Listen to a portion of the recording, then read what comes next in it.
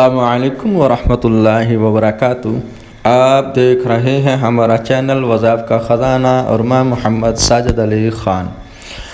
دوستو، جس طرح آپ کو معلوم ہے کہ ہمارے اس چینل پر عموماً وظائف ہی بتائے جاتے ہیں، اور اسی مناسبت سے آج میں آپ لوگوں کو جو وظیفہ بتانا چاہتا ہوں وہ ہے دولت حاصل کرنے کا وظیفہ، غربت دور کرنے کا وظیفہ، امیر ہونے کا ایک نسخہ، ایک طریقہ کار۔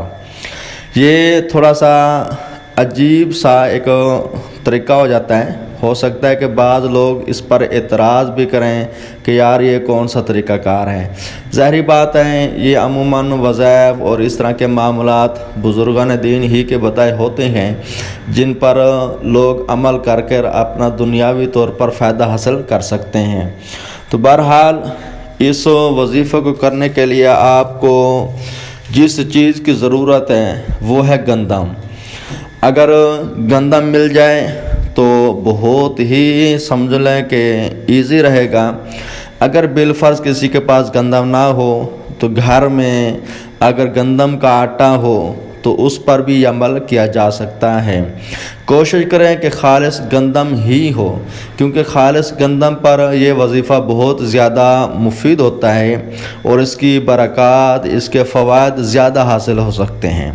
اور اس کا طریقہ کار یہی ہے کہ آپ نے ایک مٹھی یا کم از کم آدھا کلو لے لیں یا ایک پیا لے لیں، بہرحال جتنی آسانی آپ کو رہے گندم لے لیں، اور اس گندم پر آپ نے یہ جو عمل آپ لوگوں کو بتانا چاہتا ہوں، آپ نے یہ عمل کرنا ہے، پھر انشاءاللہ آپ اس کی برکات خود دیکھیں گے۔ اور اس کا طریقہ کار یہی ہے کہ آپ نے اس گندم پر اول 11 مرتبہ درود ابراہیمی پڑھنا ہے، پھر آپ نے 7 مرتبہ سورۃ الم نشرح، سورۃ انشراح جس کو بولا جاتا ہے، یہ سورت آپ نے 7 مرتبہ پڑھنی ہے، پھر آپ نے 11 مرتبہ درود ابراہیمی پڑھنا ہے۔ اور یہ مختصر سا وظیفہ ہے، مگر اس کی شرائط جو ہیں کچھ اور بھی ہیں۔ آپ نے جو سب سے پہلے پڑھائی کرنی ہے، سورۃ الم نشرح پڑھنے سے پہلے درود ابراہیمی جو آپ نے 11 مرتبہ پڑھنا ہے، وہ 11 مرتبہ درود پاک پڑھ کر اس گندم پر دم کر لیں۔ یہ گندم آپ کسی برتن میں یا کسی کپڑے میں سامنے رکھ کر یہ عمل کریں گے۔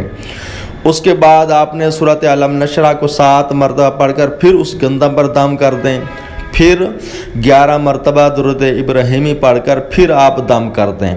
بس یہ آپ کا وظیفہ اب ختم ہو گیا۔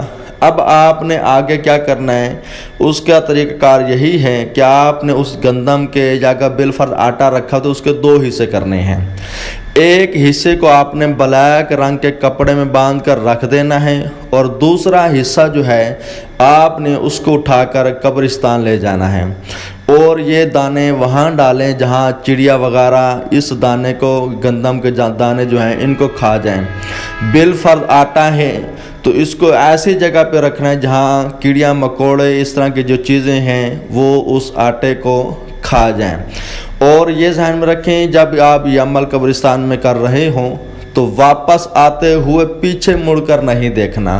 یہ بھی ایک طریقہ کار ہوتا ہے، بعض دفعہ اس طرح کے یہ صدقے ہوتے ہیں، یہ غائبی چیزیں یا اس طرح کی چیزیں ہیں نا، بعض اوقات انسان پر ہیوی ہو جاتی ہیں۔ بہرحال آپ نے ڈرنا نہیں، احتیاط کرنی ہے کہ واپسی پر آپ نے پیچھے مڑ کر نہیں دیکھنا۔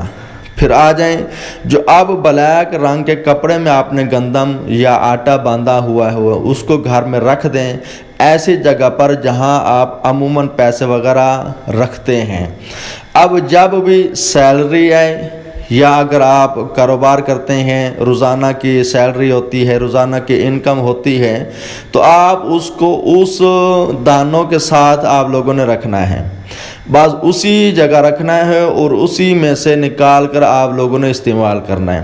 اور اس کی برکات آپ خود دیکھیں گے کہ ہمارے گھر میں مال و دولت کی کافی حد تک سمجھو برکت ہو رہی ہے، جو پریشانیاں تھیں ختم ہو رہی ہیں، ٹینشنیں ختم ہو رہی ہیں، گھر میں سکون ہے، اطمینان رہے گا۔ تو آپ اس عمل کو کریں اور اس عمل کی برکتیں حاصل کریں، اور انشاءاللہ ہمیں بھی دعا میں یاد رکھیں گے۔ السلام علیکم ورحمۃ اللہ وبرکاتہ۔